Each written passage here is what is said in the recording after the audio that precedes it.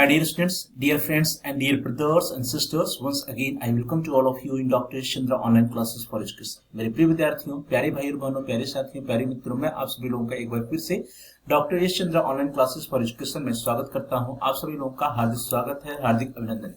प्रिय विद्यार्थियों, पंडित दीनदयाल उपाध्याय गोरखपुर विश्वविद्यालय गोरखपुर से जो भी विद्यार्थी ग्रेजुएशन कर रहे हैं, अंडर ग्रेजुएट कोर्सेज में हैं, बीए, बीएससी, बीकॉम आदि कोर्सेज में इनरोल्ड हैं, उनके लिए सेकेंड एंड फोर्थ सेमेस्टर में एक माइनर कोर्स के अंतर्गत पेपर है जिसका कोर्स कोड है PHI 100 और कोर्स का नाम है नाथ पंथ। तो नाथ पंथ का जो ये पेपर है, जो ये कोर्स है, वह सत्र 2024-25 में जो भी विद्यार्थी सेकेंड और फोर्थ सेमेस्टर में थे उनके लिए इसका एग्जाम 11 मई 2025 को संपन्न हुआ था। 11 मई 2025 को जो एग्जाम हुआ था, उस एग्जाम में जो क्वेश्चन पेपर आया था, उस क्वेश्चन पेपर में कौन कौन से प्रश्न परीक्षार्थियों से पूछे गए थे और उन प्रश्नों के क्या क्या आंसर होंगे, उन्हें उसी को हम लोग देखेंगे आज की इस क्लास में, इस वीडियो में। अर्थात हम सभी लोग 11 मई 2025 को जो क्वेश्चन पेपर आया था उस क्वेश्चन पेपर को सॉल्व करेंगे, जो नाथ पंथ PHI 100 का क्वेश्चन पेपर परीक्षार्थियों के लिए आया था।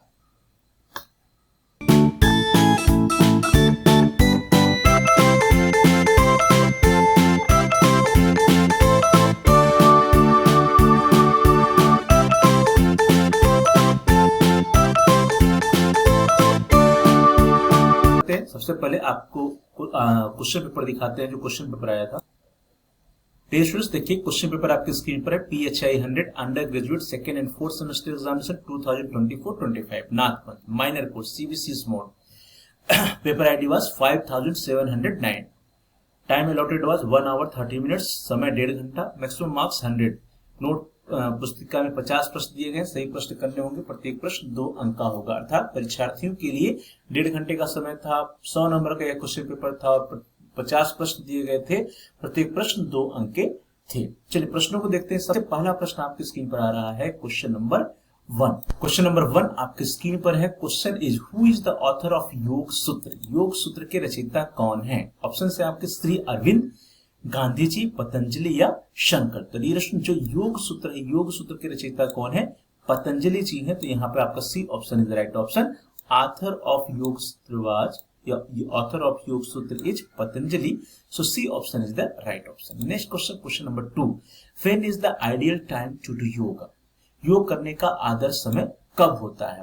मॉर्निंग में, इवनिंग में, आफ्टरनून में या किसी भी समय? तो डियर्स यहाँ पे आदर्श समय की बात की जा रही है। तो आदर्श समय क्या होता है?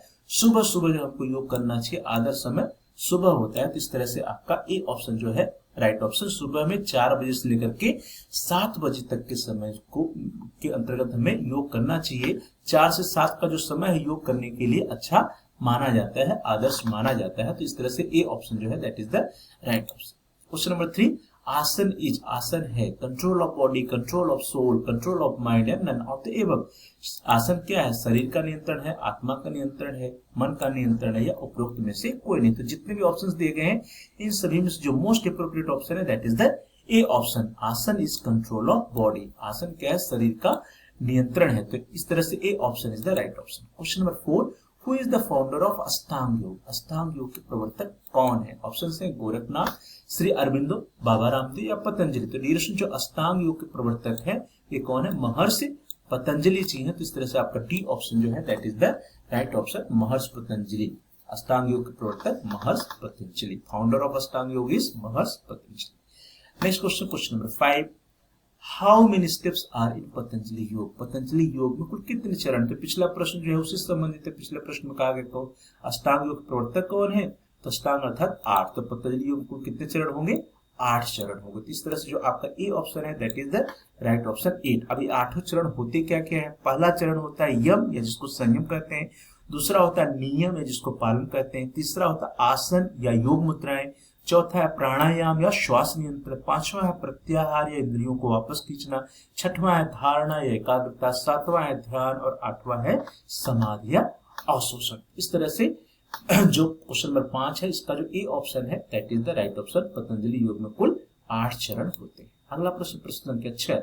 Which among the following is the last step of अष्टांग योग? निम्नलिखित में से कौन सा अष्टांग योग का अंतिम चरण? अभी हम लोगों ने चर्चा किया अष्टांग योग का अंतिम चरण कौन सा है? वो है समाधि या अवशोषण। इस तरह से आपका जो डी ऑप्शन है, D option is the right option, samadhi. Next question, question number 7, from which country did yoga originated? योग की उत्पत्ति किस देश से हुई थी? श्रीलंका, थाईलैंड, नेपाल या भारत? तो जो योग है, योग की उत्पत्ति हमारे देश में अर्थात प्राचीन भारत में हुई थी। तो इस तरह से आपका जो डी ऑप्शन है, D option is right option, India या भारत, प्राचीन भारत में योग की उत्पत्ति हुई थी। अगला प्रश्न, प्रश्न संख्या 8, योग चित्तवृत्ति निरोध है, योग चित्तवृत्ति निरोध है सिद्धांत है वेदांत का, योग दर्शन का, गोरखनाथ का या उपरोक्त सभी का? तो जो योग चित्तवृत्ति निरोध है अर्थात यह जो है इसका सिद्धांत है, यह योग दर्शन का सिद्धांत है। तो इस तरह से आपका जो बी ऑप्शन है that is the right option, योग दर्शन। योग चित्तवृत्ति निरोध योग दर्शन का एक महत्वपूर्ण मूल है, सूत्र है, जिसका अर्थ होता है मन के उतार चढ़ाव का निरोध या मन की वृत्तियों को रोकना। ठीक है, योग चित्तवृत्ति निरोध क्या है? एक योग दर्शन का महत्वपूर्ण सूत्र है, जिसका मीनिंग है, जिसका अर्थ है मन के उतार चढ़ाव का निरोध या मन की वृत्तियों को रोकना। चलिए आगे बढ़ते हैं। अगला प्रश्न आपका है क्वेश्चन नंबर 9, प्रश्न संख्या 9, द कंसेप्ट ऑफ प्राणायाम इन योग फिलॉसफी रिफर्स टू? योग दर्शन में प्राणायाम की जो अवधारणा है वो किसको संदर्भित करता है? इंद्रियों पर नियंत्रण, सांस पर नियंत्रण, स्वयं पर नियंत्रण या उपरोक्त सभी पर? Control of senses, control of breath, control of self या ऑल ऑफ द योग? जो प्राणायाम का कंसेप्ट है योग के अंतर्गत, उसके अंतर्गत हम किस पर नियंत्रण करते हैं? We control on our breath. तो यहाँ पे जो बी ऑप्शन है, B option is right option. प्राणायाम की अवधारणा का जो संदर्भ है वह सांस पर नियंत्रण से है, तो B option is the right option. Question number 10, shatkarma is related to? षटकर्म का संबंध है बौद्ध परंपरा से, जैन परंपरा से, योग परंपरा से, उपरोक्त सभी से। Shatkarma is related to Buddha tradition, Jain tradition या yoga tradition, and D is all of the above. The duration shatkarma is related to yoga tradition. षटकर्म है इसका संबंध किससे है? योग परंपरा से है। तो यहाँ पे जो आपका सी ऑप्शन है, C option is right option, yoga परंपरा। Next question, question number 11, which day is celebrated as international day of yoga? किस दिन को अंतरराष्ट्रीय योग दिवस के रूप में मनाया जाता है? तो हम सभी लोग प्रतिवर्ष किस दिन को मनाते हैं?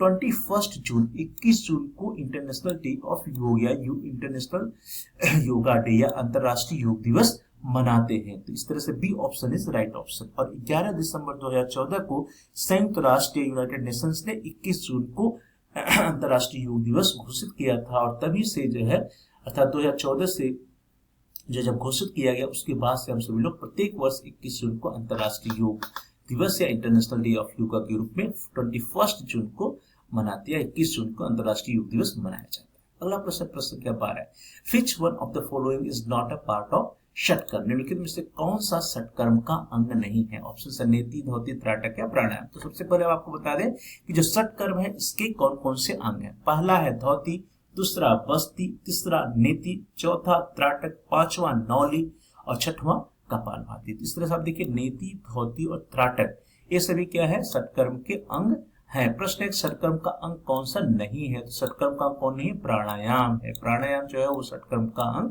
नहीं है। Pranayama is not a part of shatkarma. So D option is the right option. यहाँ पे जो डी ऑप्शन आपका वो सही उत्तर होगा। प्रश्न संख्या 13, which of the following is related to Barahpanthi sect? निम्नलिखित में से कौन सा बारहपंथी संप्रदाय से संबंधित था? ऑप्शन है रामपंथ, धर्मनाथी, सत्यनाथी या उपरोक्त सभी।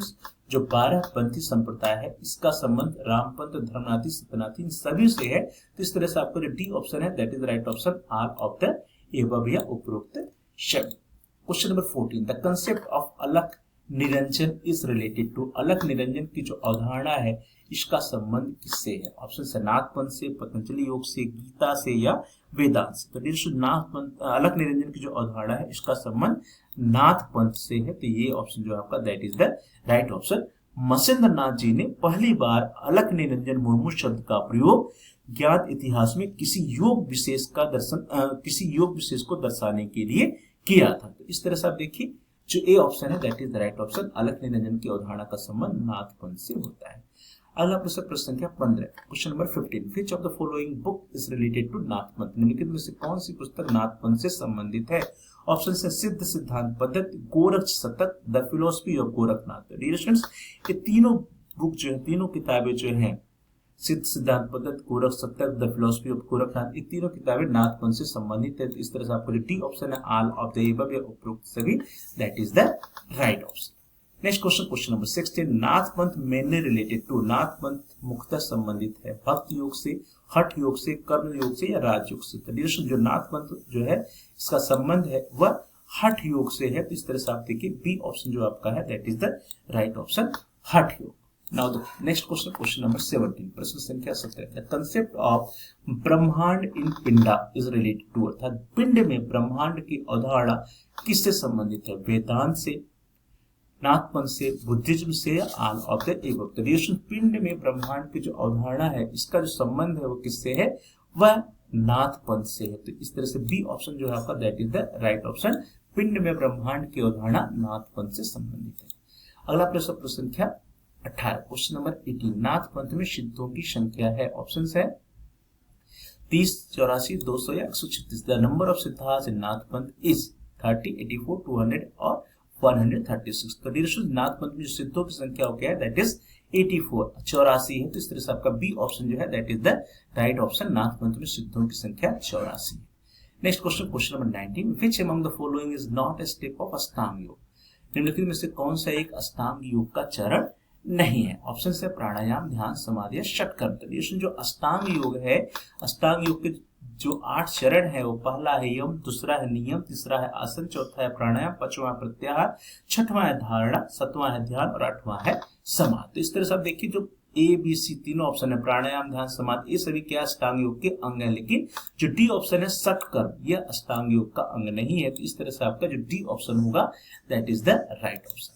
अगला प्रश्न, प्रश्न संख्या 20, कनफटा साधु इज रिलेटेड टू, कनफटा साधु संबंधित है, ऑप्शन से Buddha sect, Jain sect, Nath Panth sect या पतंजलि योग। जो कनफटा साधु का संबंध है वह किससे है, बौद्ध संप्रदाय, जैन संप्रदाय, नाथ संप्रदाय या पतंजलि योग किससे है, that is related with Nath Panth sect या नाथपंथ संप्रदाय से। तो इस तरह से आप देखिए जो आपका सी ऑप्शन है नाथपंथ संप्रदाय, that is the right option. अगला प्रश्न, प्रश्न 21, क्वेश्चन नंबर 21, प्रश्न है which of the following is not a Nath yogi, निम्नलिखित में से कौन सा एक नाथ योगी नहीं है, ऑप्शन है गंभीर नाथ, मसिंद्र नाथ, पतंजलि या जलंधर नाथ। देखिए जो आपका ए ऑप्शन इसमें भी नाथ है, बी में भी नाथ है और डी में भी नाथ लगा हुआ है, लेकिन सी जो है उसमें नाथ नहीं लगा है।